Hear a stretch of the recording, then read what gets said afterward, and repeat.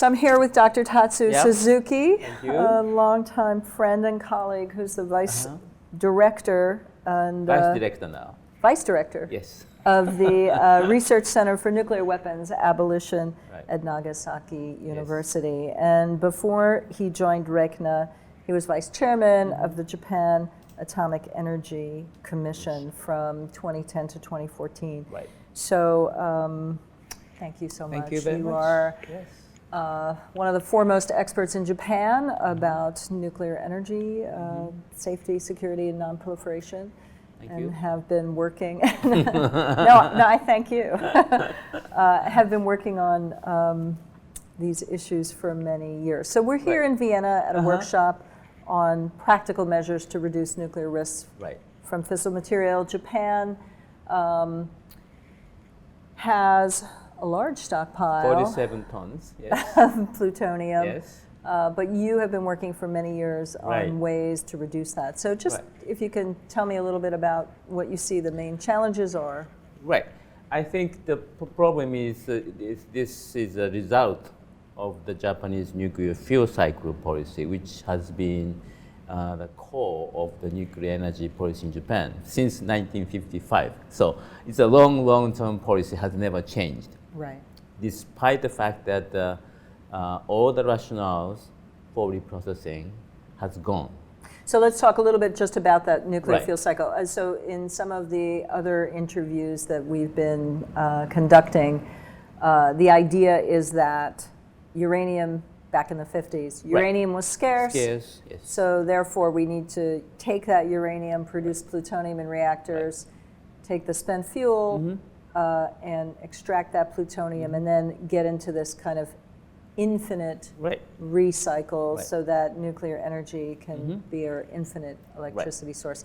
But it doesn't actually work that way in reality, right? That rationale was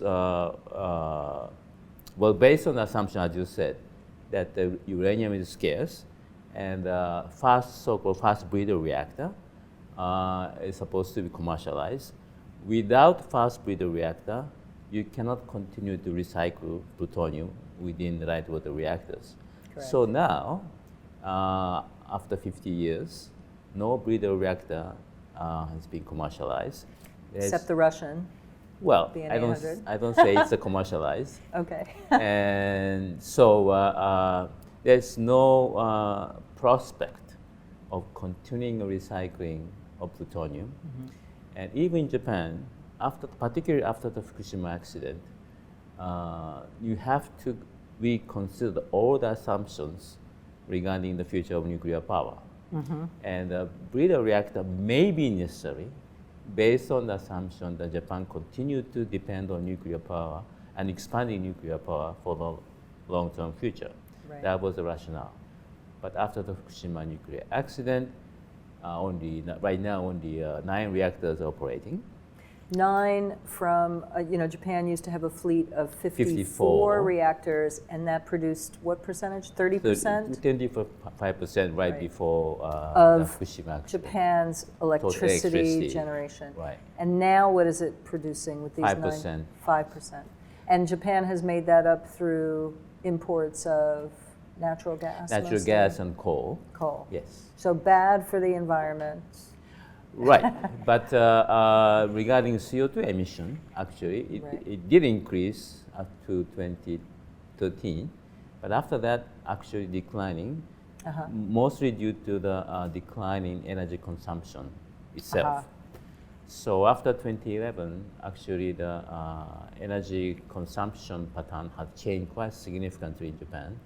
So even if the economy grows, energy consumption goes down. Even for industry also? Even for industry. Okay, yes. Interesting. So if you look at the future projection of energy demand growth, METI's assumption is continue to grow, but our estimates show that the energy consumption continue to decline. Right. So the CO2 emission can probably go down more significantly than expected before the Fukushima accident. Okay. So this long-term vision for nuclear energy is really just being propped up. Right. in Japan.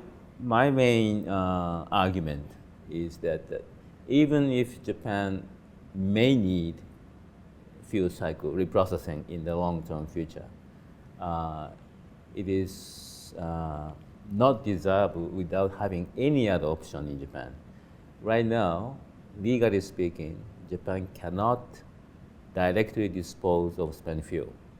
So they have to continue reprocess regardless of the future of nuclear power. That's not a reasonable policy to me. Is Japan the only country that has a law like that? Maybe Russia. I have to check with it, but maybe Russia too. But it's very unlikely that the reprocessing continue, forever. Right. So Japan should have an option, and particularly after the Fukushima accident, we have to dispose some of the debris from the Fukushima reactor. Right. And I'm sure there are many damaged spent fuel, which are not necessarily suitable for reprocessing. Right. And there are many research reactors which have no way to recycle fuel. So the only way is to directly dispose of. But legally speaking, we cannot do that right now in Japan. I think it's very important to have a flexibility in your fuel cycle policy in Japan. So at least the direct disposal of spent fuel should be allowed in Japan. Yeah. And that's my argument, basically. So in some respects, Japan's hands are tied. Even though you need to do something with these problematic. That put the pressure on the utilities, what to do with the nuclear spent fuel, and they have to explain to the public the only way to the final solution this spent fuel is a reprocessing. And that's not really true, though. That's not really true. And right now there's no reprocessing operation is going on, so the public wonders what's going to happen to this spent fuel. So there's no way to convince the public to accept, for instance, long-term storage of spent fuel, and that's the problem. So I remember visiting Fukushima a couple years ago and driving right close to the seawall. Yes. There's a lot of destruction at the site at that point, and yet there were casks, dry casks. Yes, you saw that. They were dry. Yeah, you saw that. That contained spent fuel, and they were perfectly fine. And I really just marveled that, many things were destroyed. Trucks were destroyed by the tsunami, and yet those dry casks that had spent fuel in them were perfectly fine. Right. And so, is Japan? So one of the issues that concerns the public is where does the nuclear waste get stored? And I know that there's some, particularly in South Korea, there's some concern that spent fuel, even if it's in these innocuous dry concrete casks, will just be there forever. Exactly right. But I think Japan's having better luck, isn't it, in terms of opening dry cask storage, or? Well, in theory, it is true. I mean, that there is legally now licensed the long-term dry cask storage. But for instance, like Mutsu City, they accepted the argument that the long-term storage is necessary. However, they argue you have to tell me what will happen to this spent fuel after 50 years. Eventually, and you don't know, right? Well, utility have to say we will process. Yeah. So naturally, the mayor of Mutsu asked the utility company, okay, Rokkasho reprocessing plant is not operating, and 50 years after now, Rokkasho reprocessing plant will be gone. So what's going to happen? So they promised to build the next reprocessing plant, and everybody knows that's not the reality. So naturally, right now, Mutsu City is not accepting a spent fuel unless Rokkasho will start operating. And that's illogical in the sense that we need storage because we don't have to reprocess. But right now, we have to reprocess in order to proceed the spent fuel storage. That's not the logical situation right now. So it's unfortunately. So we I argue that in order for Mutsu to accept spent fuel storage, we have to show them there's an option outside reprocessing, that even after 50 years from now, if there is no reprocessing, we will take the spent fuel and then dispose as a waste.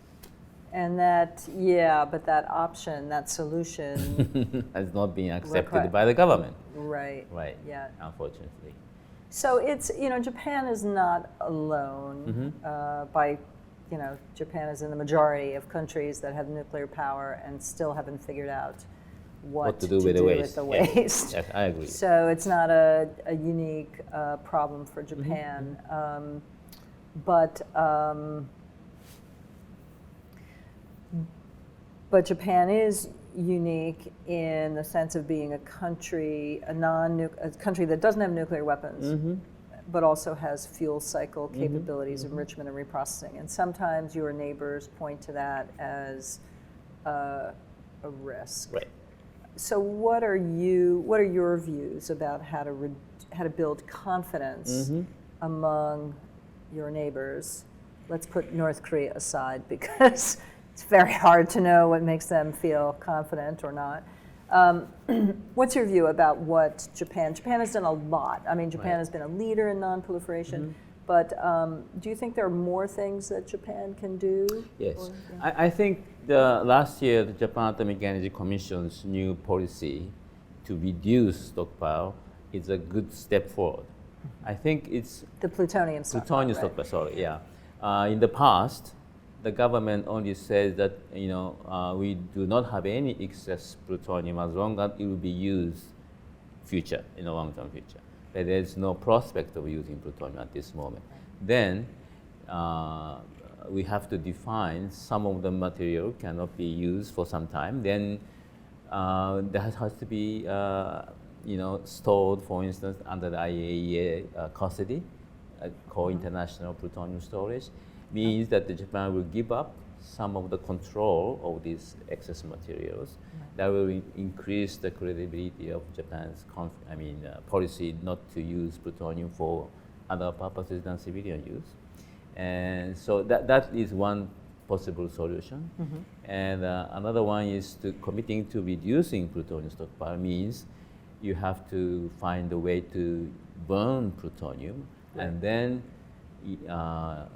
as long as it makes sure that it will reduce the stockpile means you have to restrain, you have to stop reprocessing until the actual stockpile will be reduced.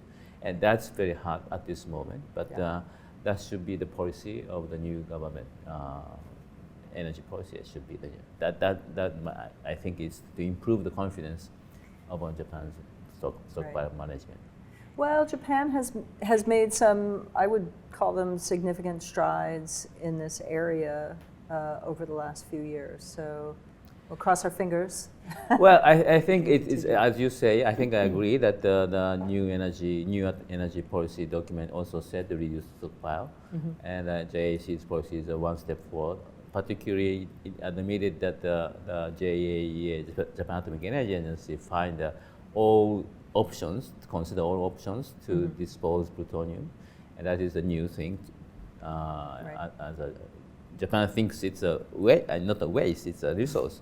So it's a good step forward. But unless they change reprocessing policy, it will generate more plutonium, and it is possible the stockpile will never be reduced, and it could increase again. So unless you change the reprocessing policy, this reduction of stockpile may not happen, and that's my concern. It's a good policy to reduce stockpile, which means you have to change the reprocessing policy. Right. Thank you so much. Appreciate it.